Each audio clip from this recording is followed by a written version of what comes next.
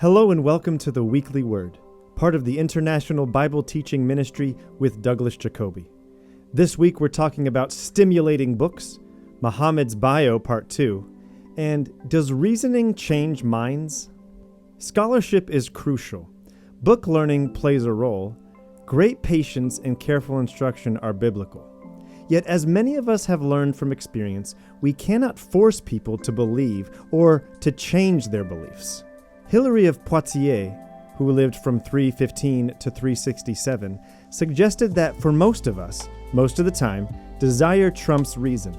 We tend to conclude what is true based on our personal preferences, not on the basis of logic or rational argument. So can reasoning change minds? Absolutely, if the heart and will are in the right place. And this fact implicitly calls each and every one of us to Christian humility. Still, there will always be an important place for better thinking, logic, teaching, and Christian scholarship. The attitude of openness lies at the very heart of being a disciple of Christ, not always thinking we are right or even in the right place, but staying flexible and in a learning mode. If we remain humble, then the older we grow, the more we will embody this disposition, not hardening in our opinions, but softening in our hearts. Two great reads. Douglas is always looking for good books.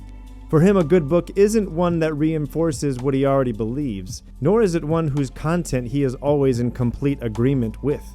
Rather, he revels in considering new thoughts or old thoughts expressed in new ways. The first book Douglas recommends is called Invisible Jesus, a book about leaving the church and looking for Christ, by Scott McKnight and Tommy Preston Phillips.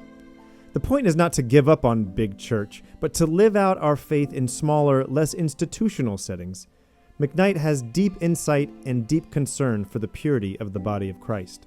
The next book is The Bible and Women, How Did I Miss So Much? By Gordon Ferguson.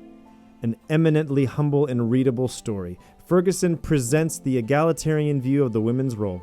Even if you've tackled other books on the topic, it will be worth it.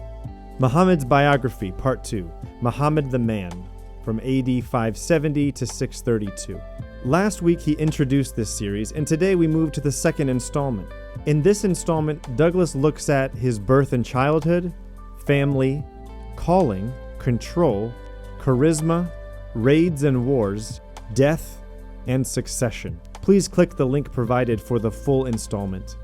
You can also click that link for an update on the competition for the free tour of the 7 churches of Revelation. Even if you don't enter the contest, you're more than welcome to join the trip in June. Please click the link for all information.